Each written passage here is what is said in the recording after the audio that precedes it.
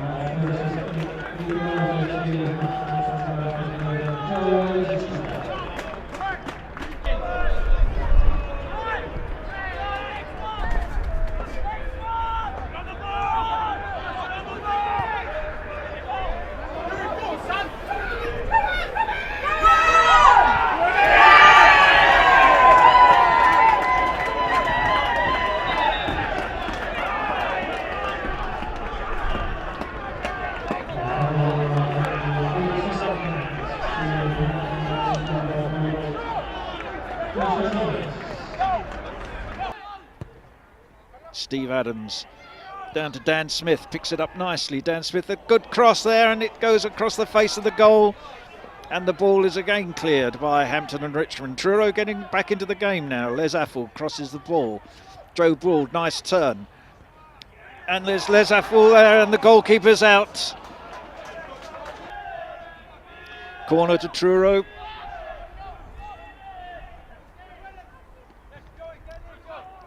And it's close.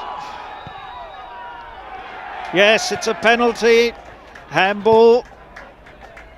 Truro players immediately appealed as that corner came across. Scott Walker now with the penalty, attempting to get Truro back onto level terms. Yes, Scott Walker fires that penalty home. Goalkeeper went the wrong way, and we see Truro now 2 goals each. Dan Smith wanting it out on the wing. Nice ball from McConnell to Dan Smith. Dan Smith now takes it on the wing now. Dan Smith takes way down into the corner, looking to cross. The cross is blocked. There's still players there. Les Affel tries to pick it up, and a chance there. Oh!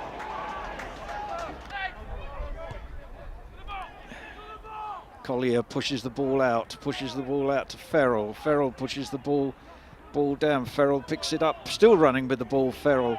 And there's a chance here. Yes, and there it is. Dave Tarpey, the danger man, the man we've mentioned throughout the match. Dave Tarpey ends up with a goal. The 73rd minute. Joe Broad picks it up, pushing forward now, Truro. Dan Smith out on the wing. Dan Smith, a lovely breakthrough. And unfortunately, the shot not on target. Cross to Scott Walker. Scott Walker, long ball through. Scott Walker there. Affel's up there, and so is. And the keeper there, Jake Ash, almost got to that. Craig Ross just beat him to the ball. Going to possibly the last chance of the game now for Truro, and a good one. Over it goes. The ball loose in the area, and a penalty. A last second penalty. Hampton very unhappy. Players surrounding the referee. A last minute penalty. Chance to save the game for Truro. Scott Walker with the penalty. And the goalkeeper saved it. The goalkeeper makes a tremendous save. And Truro's chance has gone.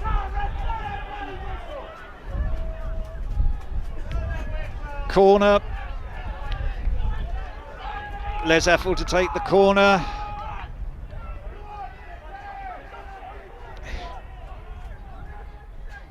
Corner by Affel, in it goes.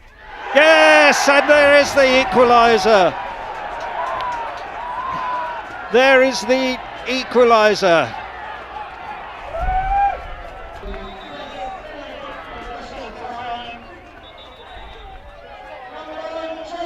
Jake Ash finished superbly there in the box. So Hampton 3-3. Good tackle there. Andy Watkins running through. And there's the end of the game. What an end to this game. What an end to the game. 3-3. Hampton still disagreeing, surrounding the referee at the end of this game. A missed penalty and then a last second goal by Jake Ash. 3-3. What a second half and what a final 10 minutes. 3-3. 5, 4, 3, 2, 1. Happy New Year!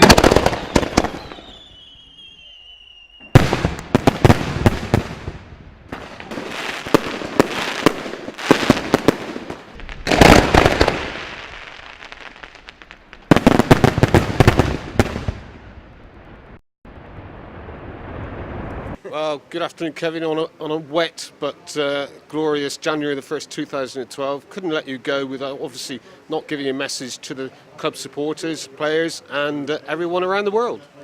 Yes, and Happy New Year, Dave. And let's hope 2012 has been successful as the last 7 years I've been at the club. It's been, well, an amazing 2011, full of everything, I think. I think 2011 will go down in history as the year of everything, you know.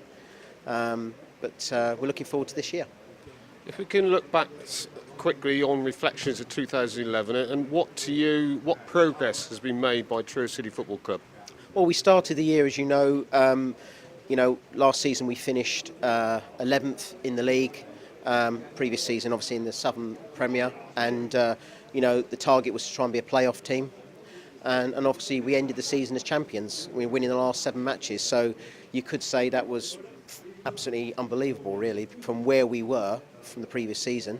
But I've always had faith in the players that we got at this club. You know, I've always had no doubt that their ability, and it's proved it already this season. winning 9 Conference South games already. And if you look at the league table, 10th in the table, not too far off the playoff places. What are your thoughts on that? Well, I mean, this season was always going to be a learning season, and let's make no bones about that. We are absolutely delighted to be where we are. There's an awful lot to learn about this level, and the travelling, the types of teams we play, types of players, and this is a learning season. So there's no targets this year. The target this year is to be a Southern Conference team for the next season. And of course, for the last 12 months, what was the real highlight for you? Well, being champions. Being champions again. 5 promotions in 6 seasons. The history books belong to Truro City Football Club, and they can never take that history away from this club. And just like winning at Wembley and the lowest level club, it's as good as it gets, as they say in life. And moving on, 2012, you already touched on it, but lots of challenges ahead.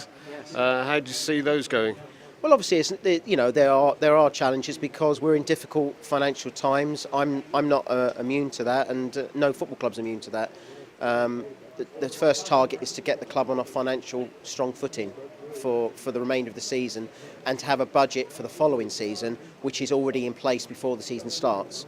Not relying on individuals or companies to pay us money that they owe us, for argument's sake, and they don't pay. And so, one of the major hurdles will be the financial security of the club moving forward. I believe that can be achieved. There is a lot of work being done at the moment to achieve that.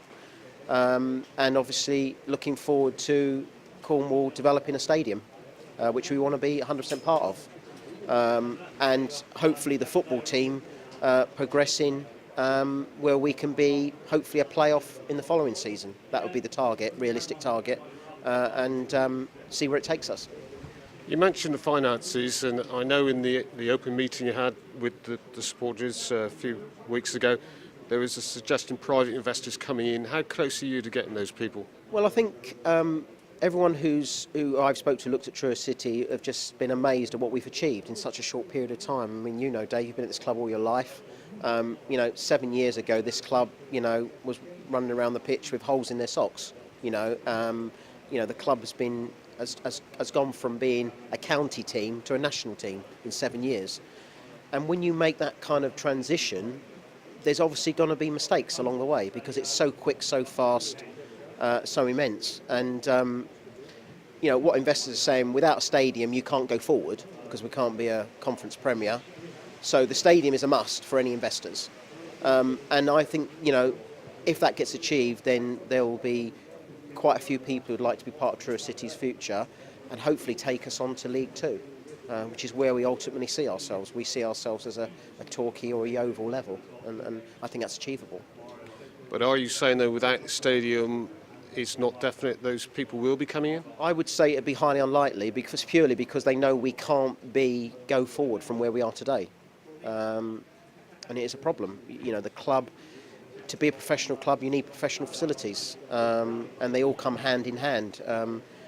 If other people are going to put resources into the club to take us to the next level, then what they need in return is to know that we can achieve that in this county and that the county are behind it, and that the powers that be, help us to achieve those things because, Cornwall is an amazing county. It's a wonderful place to live.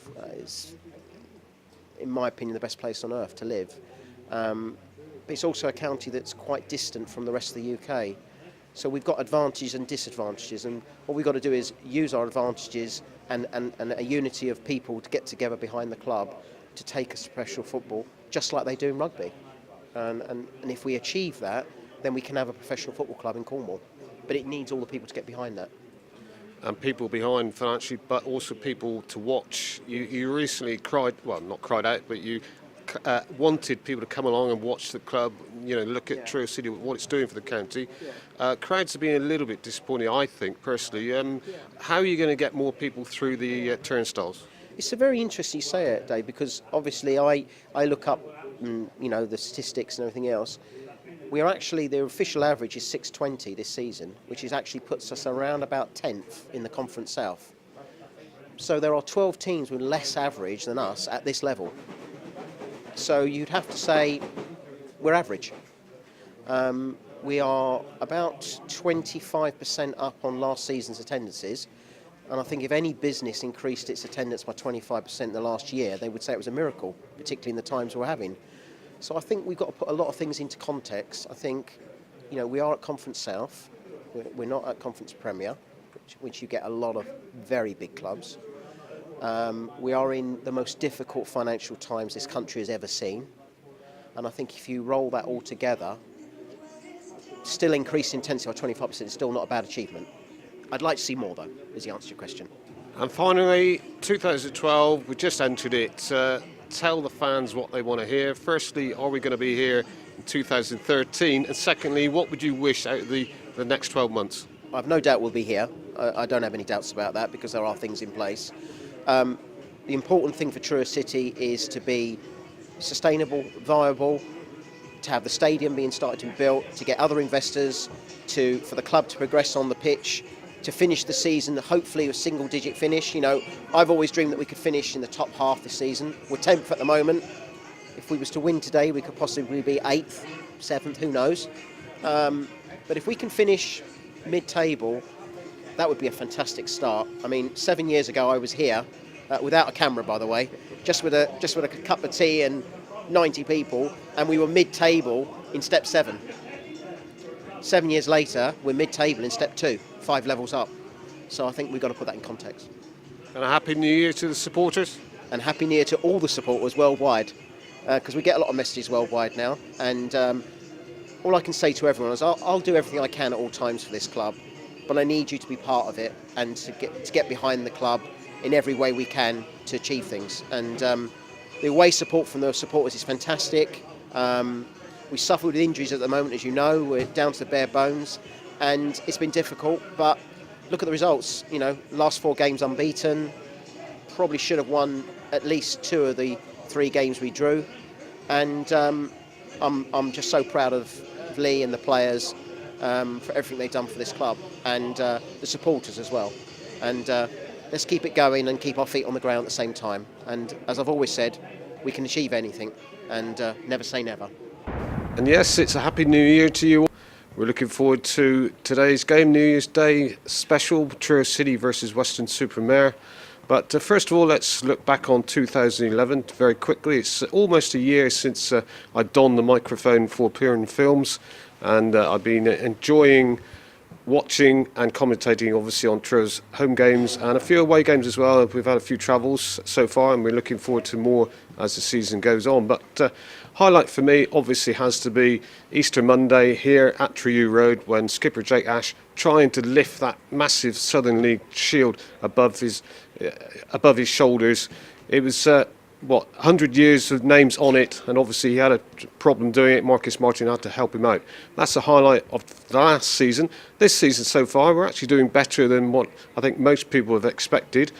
That's with all the problems off the pitch, as well as obviously Lee Hodges having to make do with a bare minimum squad for certainly recently this season's recent games. Today, Weston-super-Mare wants revenge surely for the visitors from Somerset. Last week we went up there and won 1-0 on Boxing Day. Jake Ash scoring after 68 minutes. Some people said that goal should be on Facebook. But we're here today to look forward to a smashing match. Weston obviously seeking revenge. As normal, these recent fixtures, Lee Hodges coming into the match not knowing exactly what sort of squad he's going to have. He took a bare 13 up to Weston, 2 subs on the bench who he didn't really want to have to use. Unfortunately he didn't. 11 players started the match, 11 players finished it. But today we're hoping perhaps Barry Hales, some news on him. He's still nursing a knee injury. We've got Joe Broad back from suspension, and we're also looking forward to perhaps, but not possibly, Ed Palmer's last game before he goes back to Torquay United, finishing his loan period. So that's Bank Holiday football. It's Truro City versus Weston-super-Mare. Corner to be taken by Jamie Laird for Weston-super-Mare. It's high under the crossbar. In fact, it hits the crossbar. Then the shot by number 8, Kirk. It's blocked as Weston's still putting the pressure on. Martin Slocum with a cross. Walker gets ahead to it, but Only as far as the number 6 Laird, who stayed out there for the corner. Again, another cross, and it's a header which is saved by Brooks. And good bright start here by the visitors. Cross in again, this time towards the far post, but the flag's up for offside. Walker's cross comes in. Watkins, though, doesn't get there before Slocum, but still Truro pushing forward. Affle comes inside. Smith back to Les Affle, but Affle offside, and that one won't count. But a good move by the White Tigers involving Smith and Les Affle. Donald to Palmer, back to the number 2. Palmer into Ash. Ash first ball, little toe poke on, trying to get Watkins down this right flank. Watkins shut down by Slocum. Watkins back to McConnell. McConnell inside to Lee Hodges.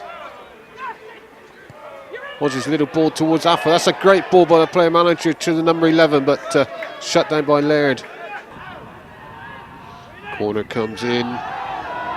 Cabba on the ball. Cabba turns and shoots. It's blocked. And then it's a free kick to Truro. Walker with the free kick. Pugh gets up to it. Header, but wide of the goal.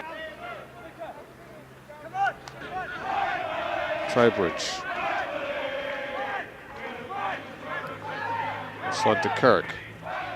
Kirk using Chris Young. Substitute finds Nat Pepperell.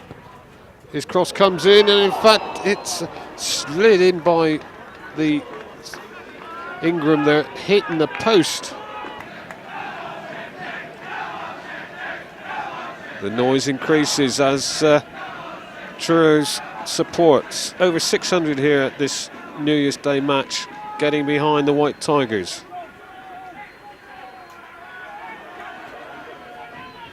Corner in, up they go, but it's headed out by Villiers. Scott Walker lets the ball run back to McConnell. And McConnell to Steve Adams. Steve Adams, first time ball towards the danger area. Pugh had to go in for a challenge, and referee blew his whistle for the free kick. Corner comes in, Brooks gets up, gets a pair of hands to it, but a shot came back across the 6-yard box, and there was, two players on the far post. Price was one of them, couldn't get a toe to it. Kirk gets the ball down and takes a free kick quickly to Laird, and then Trowbridge back to the keeper. Keeper to Trowbridge, and putting his teammate Laird under pressure. And what sort of a pass back was that by the number 6? The keeper, Irish, having to use his initiative and head that ball away for a corner. But still Weston on the ball. McGregor again. And then eventually the long ball forward by Phyllis. Pugh, in fact, Pugh gets a toe to it as he turns, comes off his foot over Brooks and into the corner of the net with less than 2 minutes remaining. Weston-super-Mare have broken the deadlock, and an own goal by Truro's number 4, Aaron Pugh. Then to Lee Hodges. Walker up on this left flank. Ball swung in again. Marcus Martin, his cross is cleared. Then a great shot by Hodges, but Irish right behind it. That deserved to be the equaliser, but certainly with the power that he put behind it. But unfortunately, too straight, and Irish was there right behind it. So good afternoon to the clash of the cities today, Truro City versus Chelmsford City.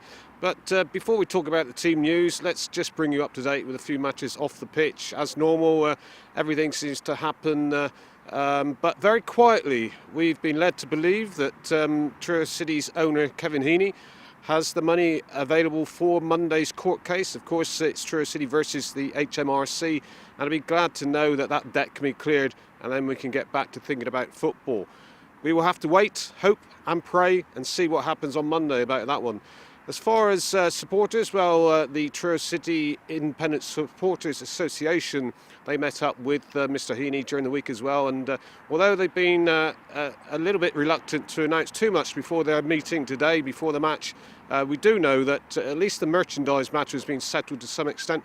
They are going to be allowed to wear the red and black colours that, of course, we all know that Truro City used to play in before the takeover of Mr. Heaney. And let's hope they sing a little bit louder as well. They're doing a good job so far. Anyway, on the pitch, well, it's Truro versus Chelmsford. And if you look at the stats, well, let's face it, Truro haven't got a chance today. Chelmsford, third in the table, the second best away record this season, unbeaten on the road, the only team in the league to be unbeaten. And it'll be a great result today and a bonus if Truro do get something out of the match. Even manager Lee Hodges has said that if we get anything out of this game, he'll be over the moon, as they say in the football speak. So, good news, Barry Hales has been back training and hopefully he'll be at least on the subs bench. Not so good about Tim Sandercombe and Stuart Yetson. They're both still out injured and could be out for a few more weeks yet. And also, I think we have to resign ourselves now to the fact that Ed Palmer will not be coming back from Torquay United. The loanee who played the first half of the season here at Truro Road is being used now for Torquay at Plainmoor, and so congratulations, and let's hope Ed does well up there at Torquay. So Marcus Martin should be fit again. He was subbed last week at Welling, 5-1 defeat, which we won't say too much about, and let's hope we'll see him in action. But the one perhaps disturbing bit of news came out last night. It is only a rumour at the moment, but of course we'll remember that Chelmsford was where we started this season.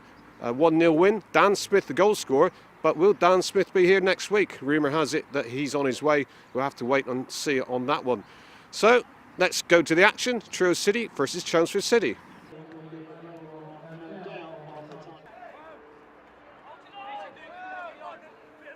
Adam Tan. Ibe knocks it to Parker. Parker's shot hits the post, and it was Adams who headed it away. Palmer's throw. Rainford back to the number 3 again. Gets past Cook, then crosses it through Miller, trying to get forward, but Martin intercepts, knocks it forward. Watkins will chase that one like he does all the time. Somehow gets past Miller, then a shot at goal, and it's saved at the near post by Searle. Yeah, very good decision there by Andy Watkins, yet again turning a nothing ball into something for us.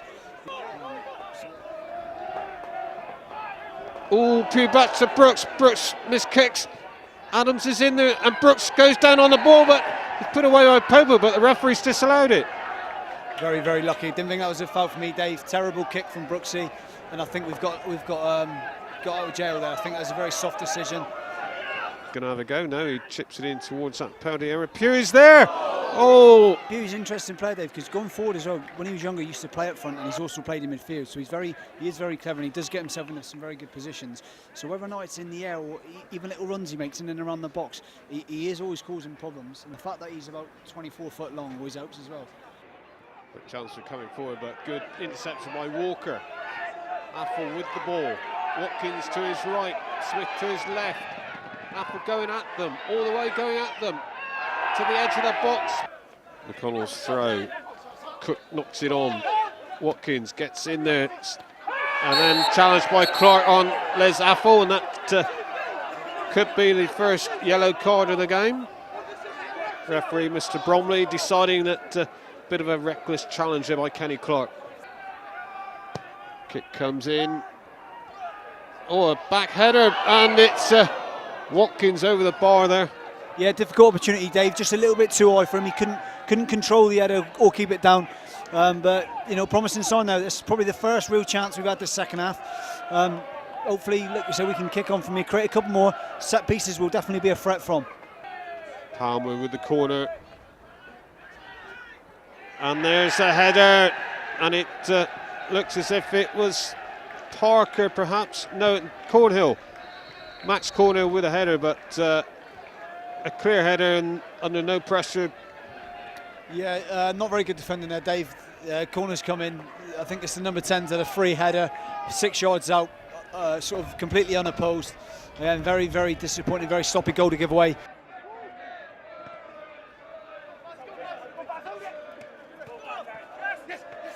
This is Dan Smith in possession. Hales takes over and then lets Smith pick it up again. Les Apple back to Smith. Smith with a shot, but saved by Searle.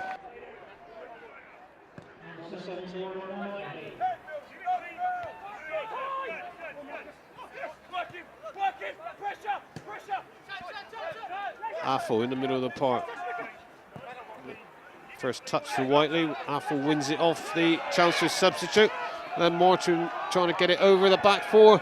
Watkins putting Tan under pressure, but Tan turning and clearing it. Now it's a race between Ibe and Pugh. Ibe gets past Pugh, flicks it over Brooks, and it's into the back of the net. 2-0 Chelmsford. Yeah, I think it's a great finish, by the way, by number 9 there, Kezi Ibe. Very disappointing that we've let the ball get into that position in the first place, Dave. But you can't really knock a striker. Brooks has had to come out, and he's just clipped it over him. Great finish. He's played very well today, number 9. Certainly a race between him and Pugh, and it was Chelmsford Kezi Ibe who won that chase. And now 2 goals with what, less than a minute of normal play to go now. So welcome once again to Truro Road. This afternoon it's game league number 27 for Truro City. The opposition are Staines Town. Staines come here after losing 4-1 on Tuesday night against Dartford, but although they're 4th from bottom, they've had 2 very impressive away victories recently. The 1-0 against Chelmsford City, which obviously Chelmsford winning here 2 weeks ago, and also another 1-0 win at league leaders Woking. For Truro, well, they sit comfortably in mid-table, 12th to be precise, and looking though points-wise, they are slightly closer to the relegation zone than the playoff area now, so a win today would be more than welcome. Manager Lee Hodges wants that win to try and get these 15 points he thinks will be safe for them, but we would like a win as well. It's 4 games now without a victory, and I reckon we're due one. On the news front, well, it's been pretty quiet for Truro City in the last fortnight. That was until yesterday, of course, when we were all told that Tom Brooks, the stand-in keeper for Sandercombe, is also out injured now, and we're not quite sure how long he's going to be missing. It's a hand injury apparently, and so Hodges has been busy on the loan transfer market, and I believe he's got Ollie Chenoweth playing today. He's on a month's loan, and he arrives here from Plymouth Argyle. Injury front, well, as we know, Sandercombe's also out injured and will be for some time now, possibly until the end of the season with a knee injury. Stuart Yetton isn't fully recovered, and Lee Hodges will miss today's game, likely to be back next week, we're told. So it's likely we'll see Scott Palmer and Danny Carney both went with the first team last week to Bromley. Didn't get on the pitch, but who knows today, we might see them in action. This is in respect and memory of David Henner, who died suddenly last week. Supported the club for 40 years.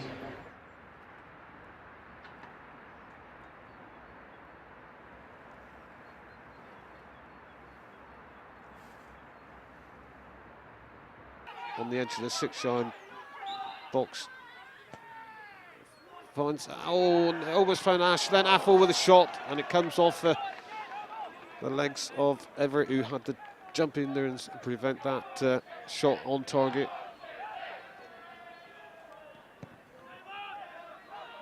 Evans towards Wheeler, over Wheeler, but he gets it back. Then just slips it in towards Chaban. Chaban put it away nicely, but no goal allowed there. Cody Cook on the ball. Using Broad and Ash. Good running by Watkins. Little lovely back flick into the path of Broad. Broad's shot is fumbled by the keeper Evans, and it rolls off for a corner. So Everett lining up to take this kick. Over the wall, but great pluck out the air by Chenoweth. The right back, or in the right back position, Thompson, but Walker intercepted, and long ball forward towards Barry Hales. The keeper Evans coming out, not too sure about it, but makes up for it and eventually knocked it off out of play for a throw into Truro. So Gordon tries to do the same for Staines, knocking it towards that left flank. Falls nicely to Chaban. Chaban's shot comes off a player, but Chenoweth doing well there to get across and block that effort by the number 6 Kavanagh. Inside to Risbridger. Looking to work the play into the box. Wickergy challenged by Adams, and eventually comes off Pugh for a corner. Connell with a cross in towards Hales. Hales using his chest, using his feet well. Can't get it away though. He turns and shoots, but Bit of a scoop as he shot, but over the bar, but good play by the number 10. Now it's a race on goal. Wookajee against Adams. Staines number 9. The ball falls nicely to Javan, but his shot is well saved by Chenoweth. Having a dive to his left, and another good save by the Loney goalkeeper.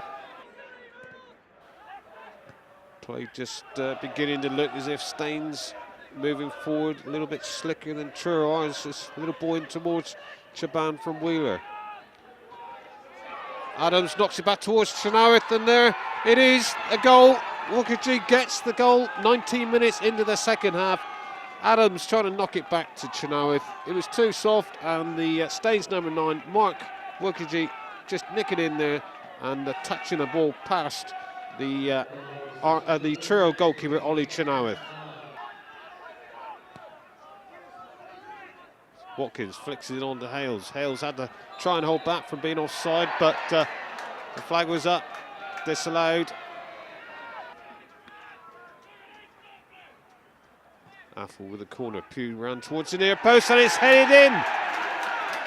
It's Andy Watkins who got the final touch on the flick from the near post by Aaron Pugh. So 28 minutes into the second half. Truro back on level terms, 1-1.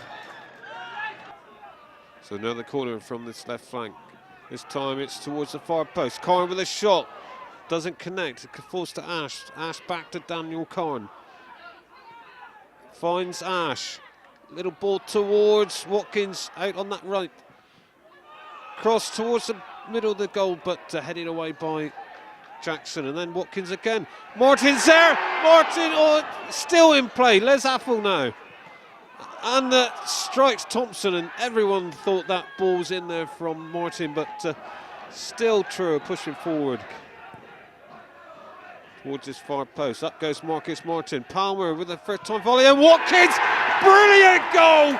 40 minutes on the clock. A volley by Andy Watkins with his left foot. Palmer got the volley towards goal. Wasn't on target, but Watkins made sure that Truro take the lead. Truro City 2. Staines Town 1. We did that, tremendously. I think, we'd lost 3 on the bounce. We hadn't won in, 4 or 5 since Boxing Day, and that was, a massive, massive 3 points for us that, cements our mid-table position and, can hopefully kick us on to better things. First half wasn't the most exciting. What did Lee Hodges say in the changing room? He just said, keep the way you're going. He said, the best way we were getting in behind first half was by playing the 3 balls, and I was getting a bit of joy. He just said, keep playing your football, because the pitch was, quite sticky today and wasn't fantastic for playing football on the deck. So we tried to utilise the, our best players, and I think second half, the last sort of 20-30 minutes, we definitely did that. Apart from the fact that you went a goal behind and yet another soft one. Yeah, I think we've just had a little chat and we've said, we're conceding too many sloppy goals. We need to stop that, and if we can start keeping clean sheets, then we'll start winning a lot more. There are some goals in our side, and I think we've gone back to 2 up front today, which we've scored 2 goals today, and I think that's helped us a little bit. And no doubt helped alongside you, Barry Hales, back for his first start for a few weeks. Yeah, it's his first start. I think he needed those 90 minutes, or 80, 75 minutes, whatever he played. He needs probably 3 or 4 games to get himself back to fully fitness. He hasn't played for 6 weeks probably, so that was a much needed performance from him, and I thought he did really well. Well, let's get on to the good, important news. Yeah. You're back on the score sheet. That first goal, initially the man behind the mic, Tom Truss, gave it to Aaron Pugh. Yeah, Pugh got a great flick on, and he's just been trying to claim it, but no, I don't know if it was going on or not. You can't take risks, so I just had to bundle it over the line. So I'm definitely taking that one. Well, let's face it, as a striker, you're bound to, aren't you? Yeah, definitely. Yeah, strikers we've got to take all we can. So yeah, I'll definitely take that one. But what about that second goal? Scott Palmer attempt on goal fell nicely to you, but what a volley! Yeah, I think it's one of them. You just try and get in around the around the box, and I think he's sort of swung it over his shoulder, and it's fallen absolutely perfect for me. And it was a long time in the air. You just think get a good connection on it, and I just hit it sweet as a nut. And as soon as I hit it, it's going in. And then, of course, the last 5 minutes. Any thoughts that you might just let it slip? I felt I felt confident today. I think when we got that second one, you could see them deflate, and I think we then raised it again. I think, you know, a lot of confidence just went straight into our players, and you could see everyone standing tall, which we haven't had for the last month. So it was fantastic to see on the players' faces, and it was great to get a win. The lads are buzzing in there now, absolutely buzzing. I bet, and also great to get the crowd behind you there towards the end. I noticed all the players went over and said thank you. Their fans are absolutely tremendous, home or away. You know, we've got probably 40 or 50 that travel everywhere, and they are a massive, massive help when we're away. You know, we've travelled, you know, a couple hundred miles, and you hear them singing for 20 minutes. You know, it doesn't have to give you a lift. And Yetzi was saying he was in there at the second half, and he said the atmosphere is unbelievable, and they're a massive, massive boost for you, especially, you know, when you're playing, you're down, they just keep you going, and they're definitely our 12th man.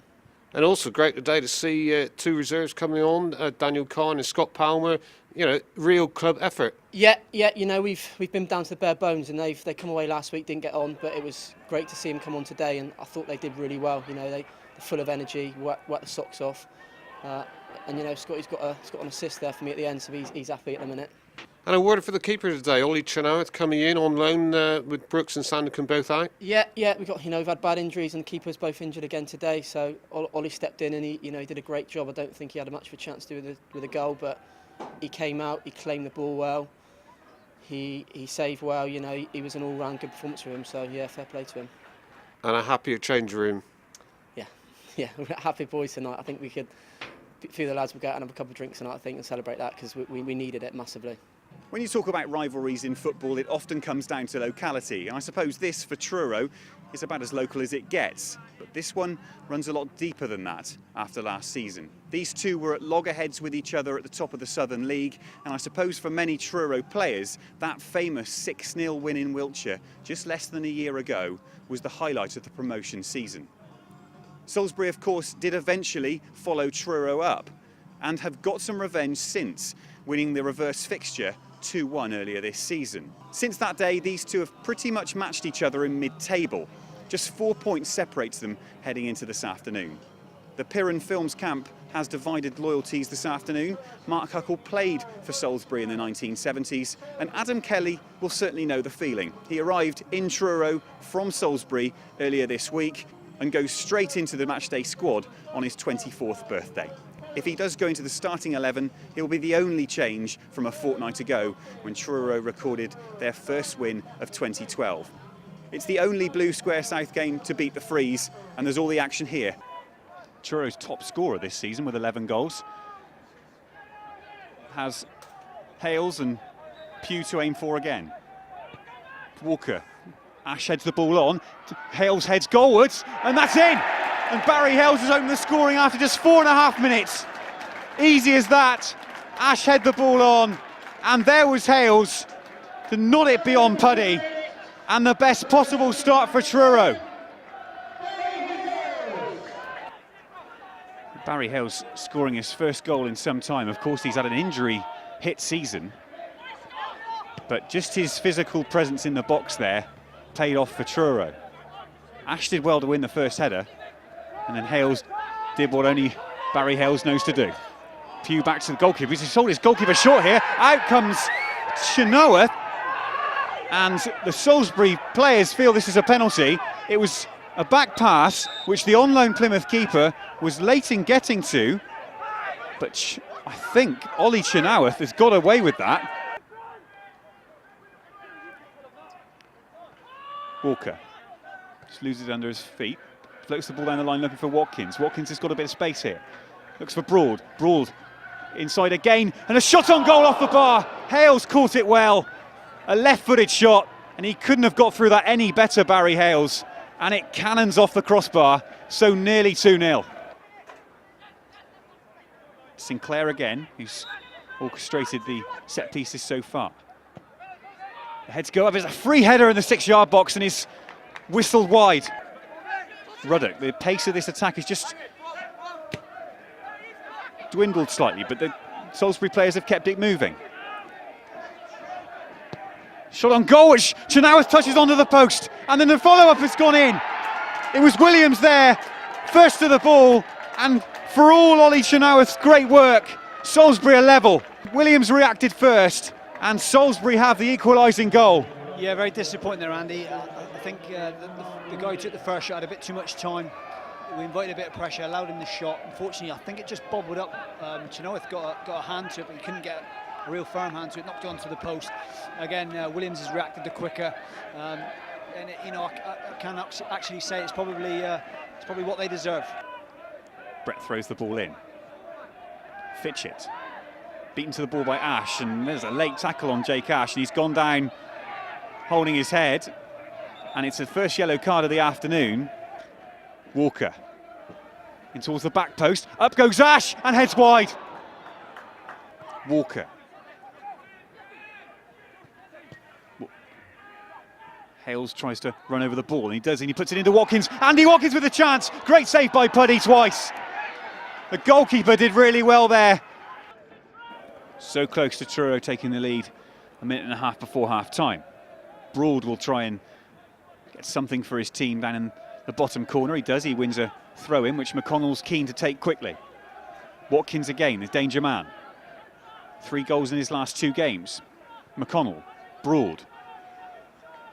Can they just force another chance before the whistle here? Watkins plays the ball inside to Broad. Broad with a shooting chance, outside of the foot, just wide. Joe Broad gave it everything towards the back post, outside of his right peg, and that is just inches wide. Giles again looking to make a run in the box, and it comes towards the near post, headed out by Pugh. Is the time for another ball into the box for the half-time whistle? It goes in now towards the back post. Up go the heads, goes all the way through to the back post. The prey continues. Webb had a chance on goal there. The Truro players stopped. Webb on the far touchline now. Can Danny Webb get something into the box? It goes in from Aylesbury. Broad is there, touches it to Ash, who gets a toe in, but it's still Salisbury who come forward, but that's half-time. As the players go off at half-time here, the Salisbury players are surrounding referee Adam Hopkins. They believe that some of the decisions in that first half haven't gone their way. Here comes Scott Walker towards the back post. Pugh goes up with Puddy. It comes to Ash, who skews it wide. Not for the first time this afternoon. Jake Ash has hands on head. It came to the skipper just 5 yards out. Kelly gets a toe in, then loses out to Brett. Brett finds a cross, and there's the leaping header from Sinclair, and goes wide at the back post. As Walker plays the ball looking for Broad, but Walker's given that away. Fitchett, good ball to Matthews. Matthews has got a run on Pugh here. Matthews comes inside. Can Matthews finish? Oh, Chenower saves well again. The young goalkeeper is quickly turning into the star here for Truro. Go to the post, has been taken quickly. Williams has a chance maybe to get a snapshot on goal. He does, and it's into the far corner. Marvin Williams gets his second of the afternoon, and Salisbury have gone in front for the first time. We're not marking our men in the box. He's actually played, it's not even a short corner, he's actually played a 20-yard pass into the side of the box. Marvin Williams, very quick, very sharp, cut inside, got a shot away. Great goal from the lad, but yet again, I think it's Truro's defensive frailties that have actually let themselves down there.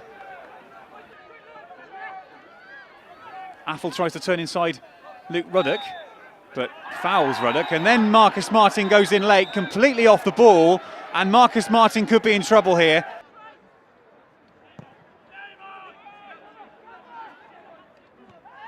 And again, Matthews and Pugh have gone up, and it's a straight red. And Robbie Matthews has been sent off. It's a straight red. It's the second time in 5 minutes that the two have come together in the air. The last time Aaron Pugh felt as if he was elbowed, and the referee did nothing. This time, it's a straight red on Robbie Matthews, and he's off.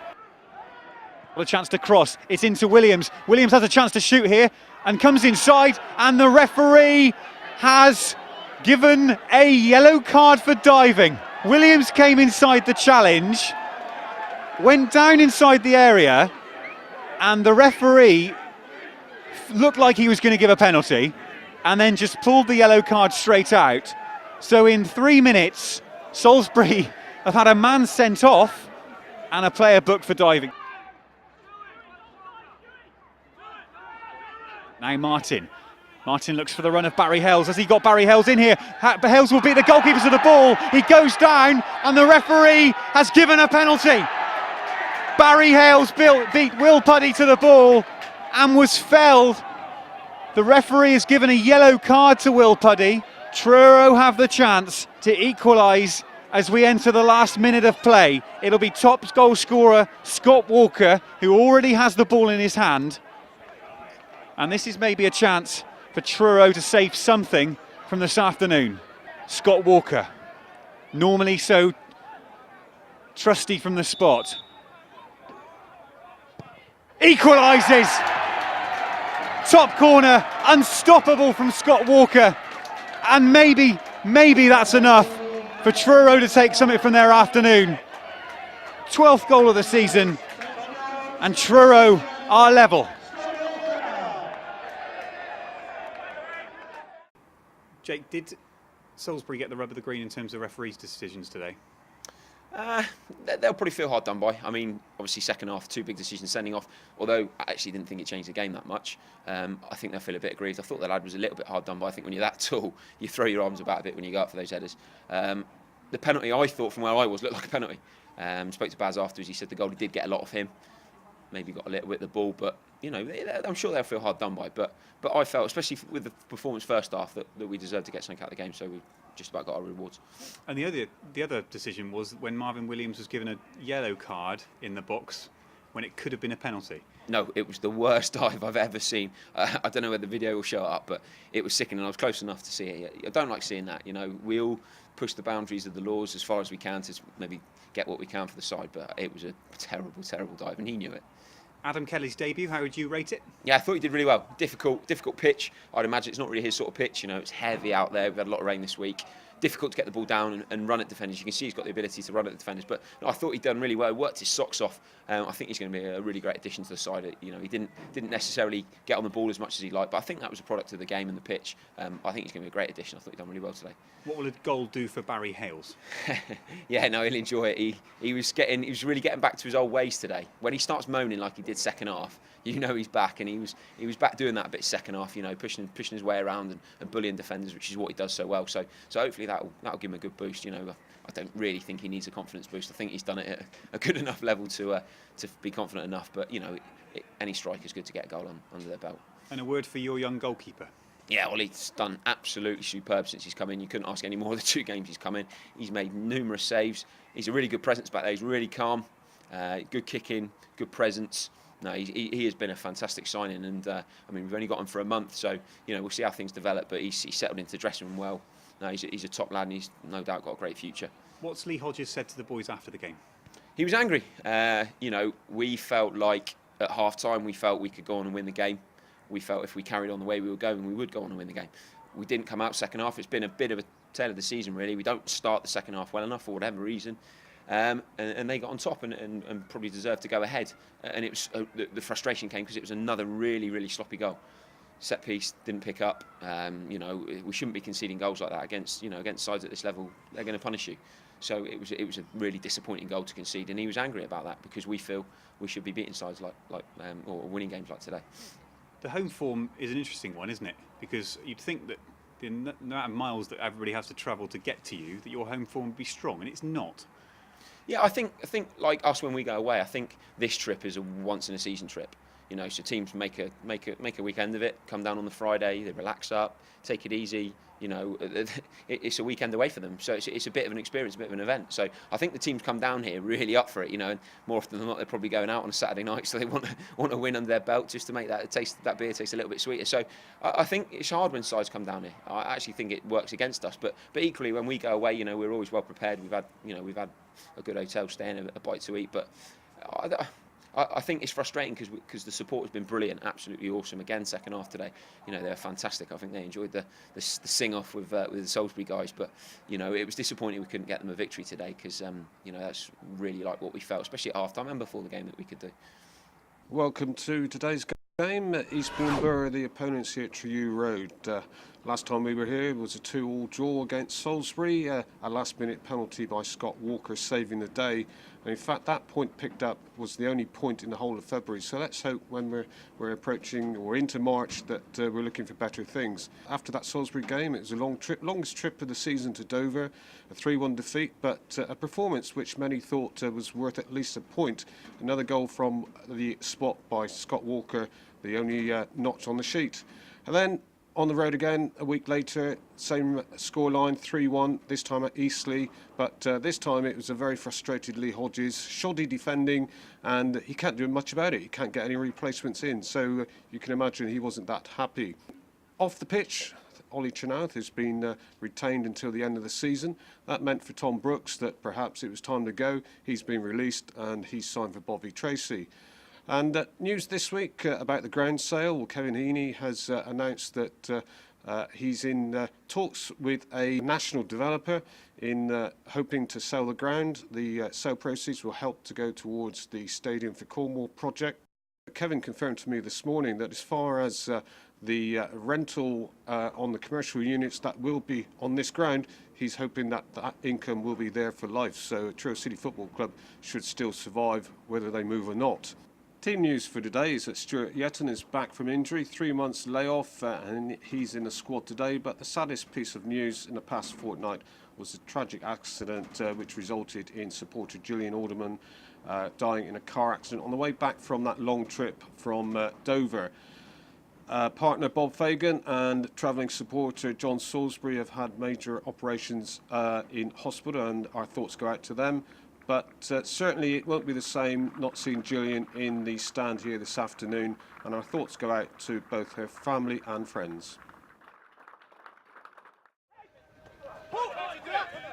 Ash, little header down to Walker. The defender stumbles, Watkins makes the most of it, cuts inside the shot, but saved by Walker. Hales to Ash to Watkins, first time. Watkins to take on Lacey. Does so, shot at goal, great save by the keeper Walker. Truro with 2 shots so far, 15 minutes gone, both from Andy Watkins as this corner comes in from Walker. Pugh goes up, couldn't quite get there, came off the top of his head, goal kick. Walker's throw, headed by Hamilton Amoy, then Brawl gets a boot in. Remy flicking on the ball forward from the number 6, and then a great save by Chenoweth, diving to his left to stop Hart. Yeah, I think Stevie Adams disappointed there. Hart just muscled him out of it really, and again I thought maybe he might have been taken on. It made it a little bit easy for the keeper, who actually was positioned for the lob. Now that ball flicked over, and it's Remy with the effort on goal, but sailing over the bar. But Chenoweth coming off his line quickly, perhaps putting me off. He did, absolutely. It's one of those situations I know myself when I've been there as a forward, that if the keeper's coming, great, then yes, the lob's on, as was the case there, but it was just too much power. Perhaps he got a little bit excited. Perhaps Truro's just about having the better share of the half so far, but Eastbourne, although they haven't won for the last 6 games, look comfortable, I would say. Yeah, very, and you wouldn't say that, but that you know, there's a team here that hasn't won for 6 games. They're certainly not playing like that. Hart takes on Pugh, cross comes in. Oh, goes through everyone. That is a long throw, flicked away, and then an effort hits the post. Chenoweth can't make it. Adams does. Still not cleared this time though. Chenoweth grabs it as it comes towards the near post.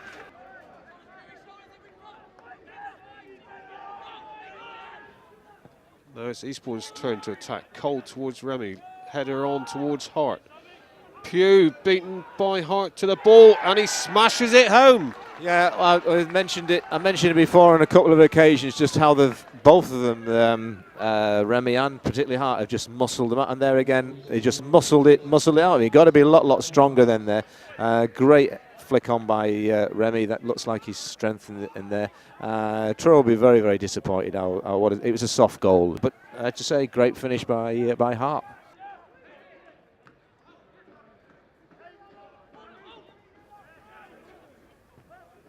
And then Crabb to Gary Hart.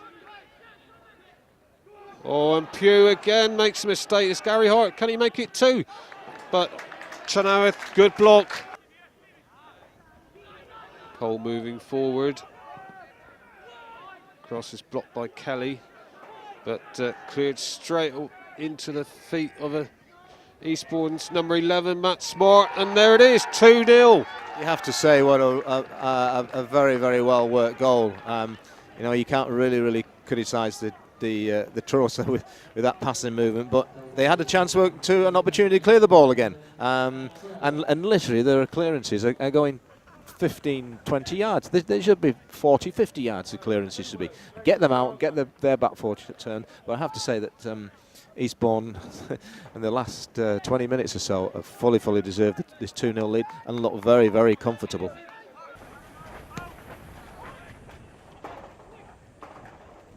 Remy now in with a chance of a third. Hits the post.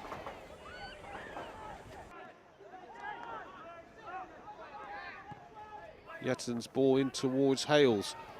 And the number 6 made a mess of that. Watkins chasing in, but blocked, and his header goes off for goal kick. But Ollie Rowe not knowing where he was.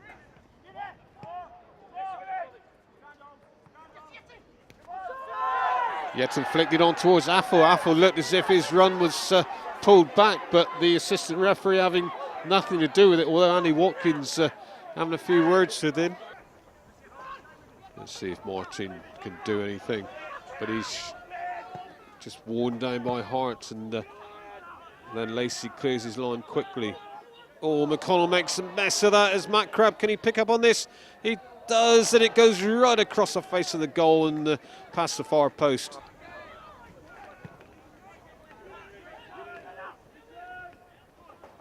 Pugh just worn down by Remy. Remy gets a loose ball, and then Remy, just before he went to knock it, it caught a bounce. You have to say that was great work by the groundsman. That was a horrible bobble. But I have to say again, he just brushed to the centre halves aside there. It's hard for me to know where to start as well. You know, for 20 minutes, the first 20 minutes, we enjoyed it. I thought we was on the front foot. I thought it was good. I enjoyed the first way we closed them down and we was causing them problems. We was turning them. All of a sudden, it just decided it just stopped, and then we caused our own problems. Same things, you know, asking defenders to defend, and we let it bounce. We let them get in. You know, goal. You know, when I say to defenders defend, I tell them to kick it in Rose Ed. Simple as that. But they just feel like they want to, again, listen and do what they want to do and not do what you're asking them to do. Second goal, you know, Stevie Adams has had the opportunity to clear the ball.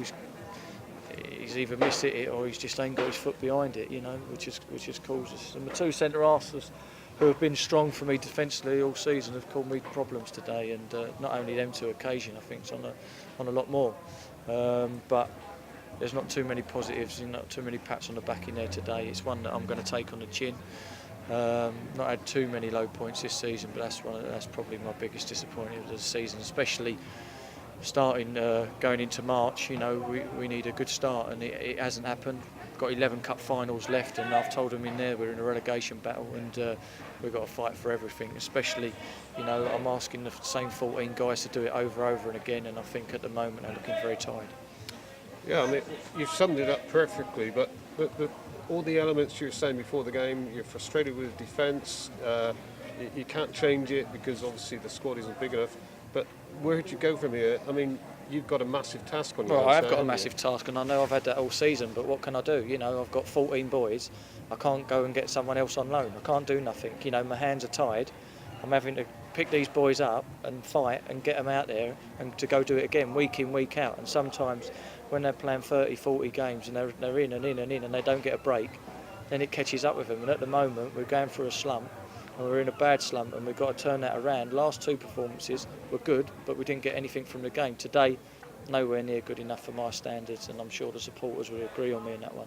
But we haven't got anything from the game, but I've got to pick them up, and we've got to be ready for next week. I was going to say, man management now is so important. Are you nice to them on Tuesday at training, or do you kick their whatevers? No, I'll be the same as I am every week, whether we win or lose. You know, I chat to them. we get them going and they work hard again on Tuesday and Thursday, and then we'll get them ready for Saturday. You know, I'll pull them individually and I'll chat to them. That's what I do. And we're all disappointed in there, and no one more disappointed than me. But we'll go again. Good evening to a foggy Truro Road here this evening for another match. This time it's against Boreham Wood, but pleased to say that at the moment the game has certainly got the go-ahead. We come into it 10 games to go this season before the end of the campaign, and if you look back on the last 10 games, we've only achieved 5 points, so we've got to do something better than that to avoid perhaps the thought of relegation. Lee Hodges has come out in the media this week saying that things really have got to get better. The players are playing for next season's contracts, so let's hope that inspires them all to better things tonight. Lee Hodges is a little bit concerned about the relegation perhaps, but the supporters seem to be happy with the way things are going by the players. Perhaps it's all the problems off the pitch. The transfer embargo, it's still here. We're allowed to sign 16 players, but we can't go out with a checkbook and expect any big signings until the end of the season. Tonight's game, Boreham Wood, mid-table 13th. They've got a long trip to make sure that it's worthwhile them coming down here, and they'll be trying to get the 3 points tonight. Meanwhile, for Truro, well, no Barry Hales, no Aaron Pugh, they're both suspended again for the second game. But one piece of news later on the press this afternoon, Isaac Vassell is signed on loan from Plymouth Argyle. He's a striker. He joins the squad for tonight's game, which otherwise is pretty much the same as up at Hampton and Richmond. Let's not worry too much about any last-minute goals tonight. We want 3 points, and Lee Hodges will be making sure the players are up for it. It's Montgomery switching play out to the right. Phil had to run onto it, but it's cleared.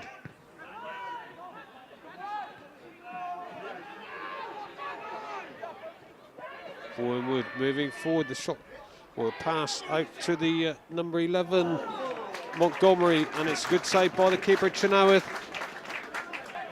O'Connell looks up. Yeton makes a run towards number 2, steps over it to Andy Watkins. Watkins' shot is blocked, still Watkins on the ball. Cuts back inside, now Yeton with a cross. And it's a great goal! It's in fact headed by Marcus Martin, 11 minutes on the clock. Martin crouching down to head that ball in from a Yeton cross. Truro 1, Boreham Wood 0. Montgomery with the corner. And that's the equaliser from the edge of the box. 19 minutes on the clock, ball headed out. Looked as if it was cleared, but it's a goal conceded by Truro. Number 9, David Bryant, the goal scorer, didn't hesitate. First time shot, finding the back of the net. Broad takes the quick free kick towards Cook. Cook heads back in towards Watkins, shot by Yeton.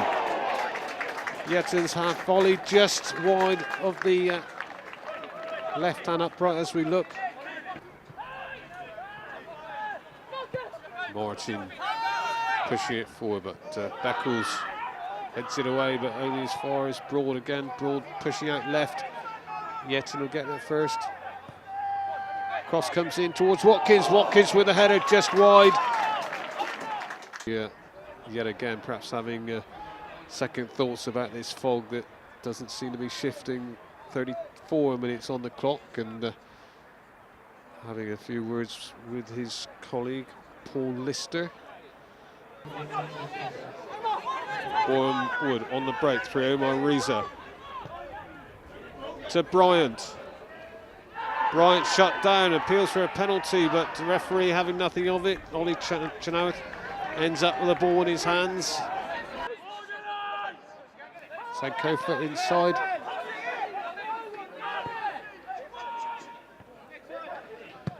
Strike from Montgomery, first time. Good effort over the bar though.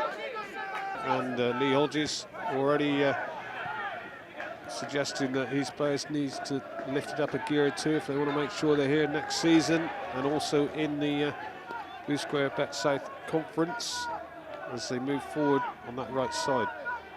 Broad into Watkins, good 1-2, back to Joe Broad. Joe Broad runs into a Boreham shirt, and then 2 appeals for a penalty there, but referee gives a corner. Putnings with the goal kick. Ash beats Bryant to the ball. Cody Cook to Affle. Yetten with the effort. Yetten with the goal. Brilliant effort there. 21 minutes into the second half, and it goes to get the cheers from the Truro City supporters behind that goal. And what a cracking effort. 2-1 Truro City.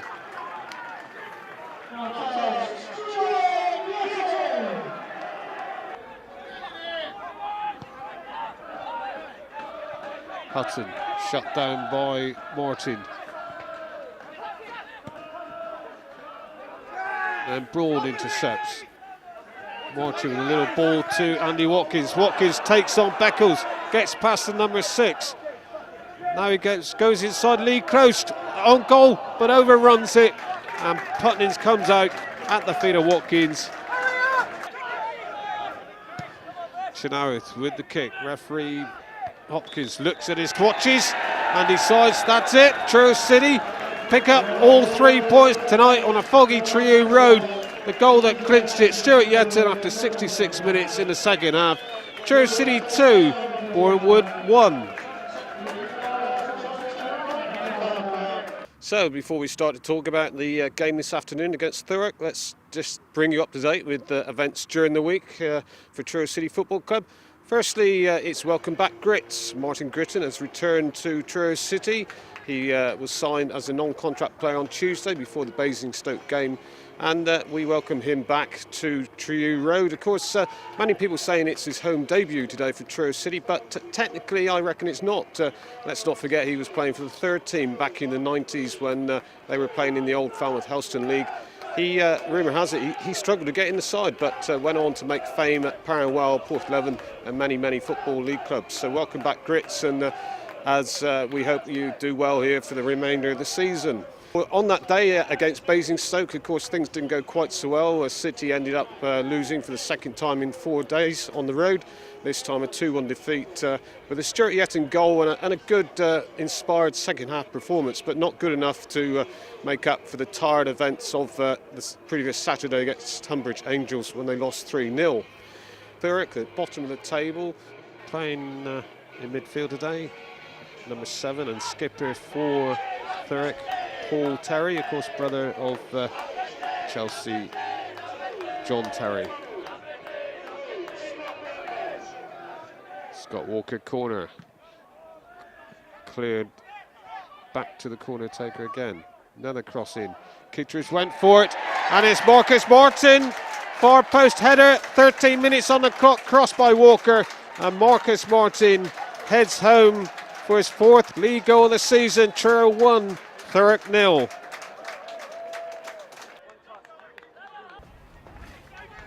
Martin comes away with a ball. Little ball trying to use the wind to bend it in towards Barry Hales, but eventually Kittredge came out and collected it, but outside the box, free kick, which also will give the Thurrock keeper the yellow card, first yellow card of the afternoon. Ball comes in, it's Marcus Martin, hits the crossbar. Len Pugh gets a boot in, but falls into the hands of Kittredge. All that height in there, but it's Marcus Martin who was the man who got the head to it. Chenoweth with the free kick. Gritton heads it on again. Stuart Yetten now with the effort. Left-footed shot, which Kittredge again diving, this time to his right and having to push it away for a corner. Joe Broad takes it, Pugh meets it, hits Kittredge. Hales has a header, he appeals that the ball's over the line, but another corner to City. Great save by the reaction save by Kittredge, stopping Pugh then. Hales not quite getting on to the rebound, although suggesting the ball was over the line. Corner comes in. Pugh again with a header. Comes off a defender, then Kittredge again punching it away for a corner.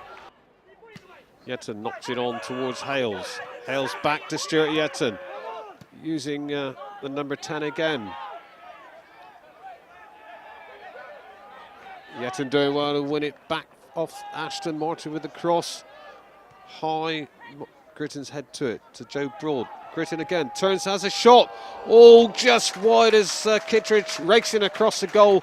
Not able to get to it, but the effort from the new signing, Martin Gritton, just the wrong side of the upright.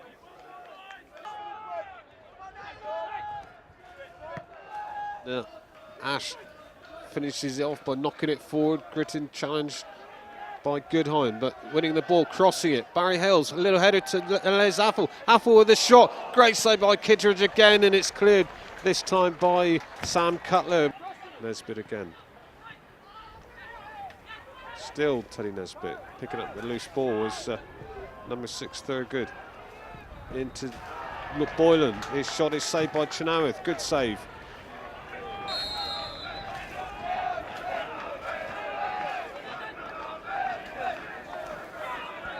So second half, and Truro City 1-0 up. From that 13th minute goal from Marcus Martin.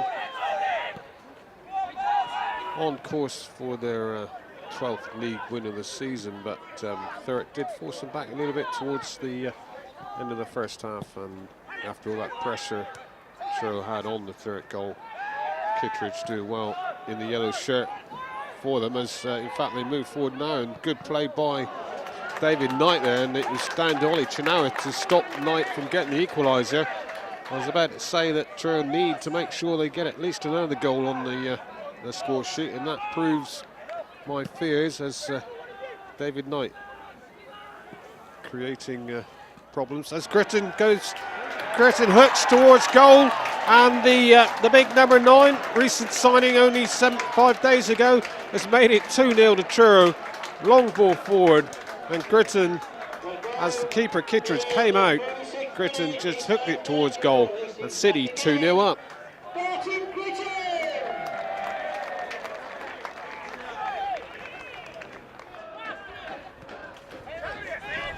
Truro move forward, Walker to Affle. Plenty of room in front of him to run at. And then it's Lanson sticks out a leg, but still Affle with the ball, cuts it into Hales. Hales with an effort, hits the underside of the crossbar. The net shook with a fierce shot, but eventually goes off for a corner. And Kelly heads it towards Hales, but knocked away. Then Hales, little ball over the substitute Gritton. Gritton lets Kelly run onto it, and Kelly gets the third goal. No problems whatsoever, tucking that one away. 3-0 to City. A move there that it involved a number of players, but it's Adam Kelly on his substitute just a few minutes ago. Tucks it away for Truro 3, Thurrock 0. Just delighted with the result. I mean, that was the key in our mind all week, even from Tuesday night. You know, we played a good performance on Tuesday. We just wanted to take it into this, and I thought the lads delivered. You know, it was nervy at 1-0 because we piled a lot of pressure on, some great balls in the box.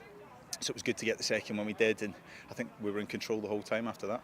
Certainly that second goal, though, I mean, just seconds after David Knight, the attacker, had a good chance on goal. Great save by Chenoweth. You tucked away the second goal. It looked pretty easy, though. Well, that's the thing. Everyone keeps telling me it looked easy. It didn't feel easy at the time. I was just glad to see it roll in, because I think the goalkeeper, I don't know what he did. He was over my right shoulder and just sold himself. So I just got something on it and hit the target. And the third one, of course, you were involved in that one. Was it a lack of control with you that it rolled to Kelly, or what? Do you know what? It was one of those. It was running wide, and I thought I might be able to hit this with my left, but he was coming in. He's right, and you know, and he did great. I'm just glad to see it going, because if it hadn't gone in, I might have had words with him. There's rumour that you couldn't get in the third team years ago. Is that true? I saw you mentioning that. I was on Twitter or whatever else. I remember I was here in the 16s, and I came up for a trial for the third team, and I couldn't get in. I think Don Pullen was banging them in at the time, so I couldn't get in the team. But Perrinwell were kind enough to take me, and you know, I owe them a debt as well. And since then, you've been all over the place playing, even in Ireland. Yeah, that's right. That was pretty early on out in Ireland, and you know, I've been lucky enough to enjoy a career all around the country, and you know, and it's a shame things didn't work out at Stockport. It was a great club, but it's great to have the opportunity to come down and play some games and hopefully help in our push to safety. Did it take you long to decide when Lee Hodges got in touch, or what? Not really. You know, I've spoken to Lee a number of times over the last couple of years, and you know, and being old teammates, got a lot of respect for him, and all the lads speak really highly of him, so it didn't take much convincing. It's just obviously the logistics of being in Manchester and being between places and, you know, sorting that out. So you know, I'm glad it's gone so well. And what about, I know it's only, what, 7 games or 6 games to go, but what about training and stuff like that? Well, I mean, with the Tuesday night games, we just did a light training session Thursday in Callington, and obviously it's going to be, for home games, it'll be coming down for the sessions, and then away games, just it depending on where I am or what's going on. But as you can see, I'm glad of the match fitness. You know, I need a few games. It almost feels like a bit of a pre-season for me, because, you know, I've been training but not playing a lot of games, so I'm glad of the 90 minutes today. And of course, Truro City for years, we've been shouting out for a big target man up front. Do you see yourself in that role? I think I've kind of moved into that role. I think, you know, I might have been a bit quicker in my younger years, and, you know, I've maybe matured into just holding my position. But with me and Baz up front, when we're holding the ball up, we let the team get up. But at the same time, we've got to work back in and got to stay on side, because, you know, there was periods in that first half that, you know, the lads are trying to get out when we're under a bit of pressure, that, you know, we need to work harder. So, but you've got Watkins. You've got it's guys that can score goals, and, you know, young Vass who's come in. Hopefully he'll get a few for us before the end of the season, and those are the guys that will look to play off us, or, you know, we'll look to play off them one way or the other. So, you know, we've got a number of options up front. And finally, you know, great return to come back to Truro City and score as well. You know, your first game at home, you heard the crowd shouting your name. What's that mean to you? It's lovely. It's nice to see a few familiar faces, and yourself included. And I'll be glad to get in the bar and just say hello to a few of them and thank them for coming and supporting.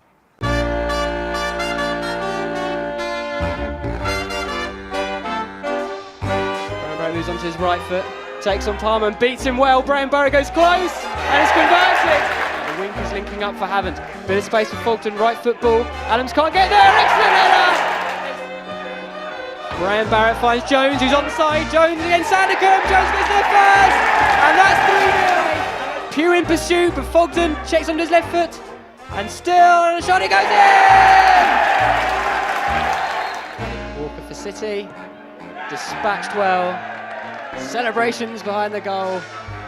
So that was a sad reminder of the goals when Havant and Waterlooville beat us 4-1 early in the season. But it's our turn this afternoon. Let's hope Havant experience their afternoon down here in Cornwall, and we return them the favour.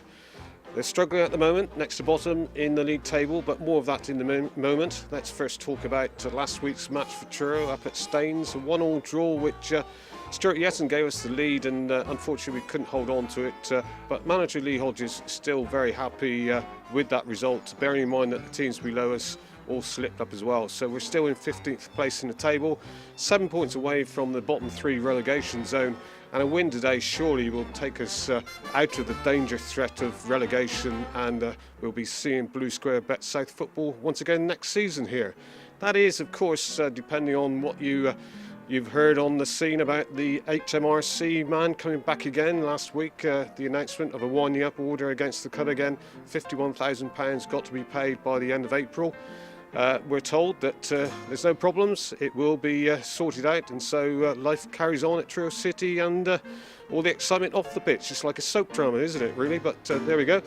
Today's game, Havant and Waterlooville, as I said, they're struggling, next to the bottom of the table, 35 points from 36 games, and they will be hoping for 3 points. We've got a full side to choose from. The only problem we've got, Marcus Martin starts a 2-game ban today after 10 yellow cards. So he's out of action, but we've got a full squad, and I see that we've actually got a problem. 5 strikers to choose who's going to play. After today's match, only 2 home games remaining for the season, and so Mark Huckle's already busy in the cutting room getting the end of season DVD ready from Pirin Films. Haven't failed to get the ball away. Joe Broad picks it up, uses Gritton. Then the cross comes in with his left foot. Hales gets ahead to it, but palmed away by Dan Thomas, and a good opening start here by Truro City. Just less than 2 minutes on the clock. Haven't moving forward. Newton towards Igo, but Pugh was always going to win that one in the air, but falls into the path of Jones. Adams had to slide in, so did the Truro keeper Chenoweth. Still haven't pushed it forward. I go with the cross towards this far post Nanetti, but good head away by Stuart Yetton. By Steve Ramsey again looking towards, in fact, the forward, but it was Aaron Pugh stuck out a left foot and very close to putting the visitors in the lead there. Connell able to bring it away, and then the long ball forward, which no offside. Barry Hales with a good chance to open the scoring, but shot early, but as the ball bounced up, it also bounced over the crossbar to the right of the goal. We'll be thinking that he could have done better with that effort. Swinging in with his left foot, wind behind him, using it, and it finds Ash. Ash's header is first of all blocked by the keeper Thomas, and then it bounced up nicely back into his hands. Pearce, Hales blocks Pearce's clearance, and then Hales with an ambitious early shot there from a long distance out with his left foot, but didn't catch a keeper as it was well wide. Crowd perhaps coming to the game. A good turnout by the Havant supporters as Gritton heads it to Hales. Hales to Les Affle. Affle crosses it towards Gritton at the far post. Gritton's header hits the post, comes back into play. Keeper was beaten at the far post. Gritton needing or crouching down to head it, but hitting the woodwork. And the ball back to Dan Thomas.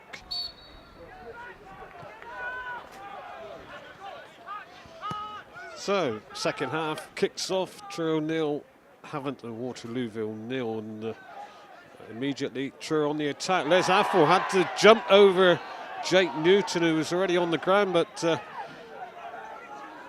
no penalty signs of being given by the referee, Mr. Rees. McConnell's header. Ash keeps the ball in play. So now let's see if Havant can put anything together. Nanetti comes inside McConnell and goes outside of the number 2. Nanetti still on the ball, and then a foul by McConnell, and it's a penalty given away by the number 2. Nanetti taking him on, and looked to me more like a stumble rather than anything, but it's a penalty to the visitors.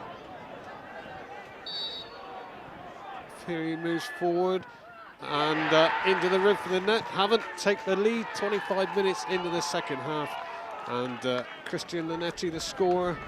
Truro City 0, Havant and Waterlooville 1.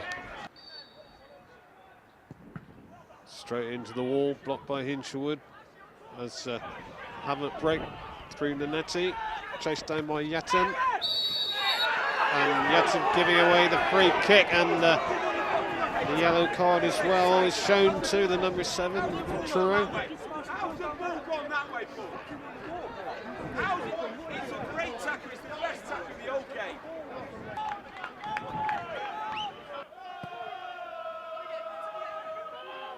Gritton and Dolan on that occasion tussling for it, as it's not forward.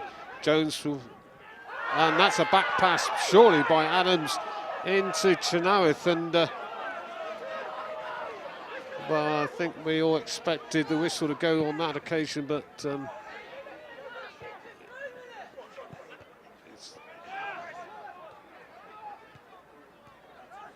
Watkins on the ball now, then into the path of Yetson. Yetson with a chance to shoot, couldn't bring it down quick enough, and snatched at it over the crossbar, but a good break by City. Walker towards Ash. Ash meets him with his header. Pugh towards goal, but Thomas under the crossbar safely plucks out of the air. And it finished Truro City 0, Havant and Waterlooville 1.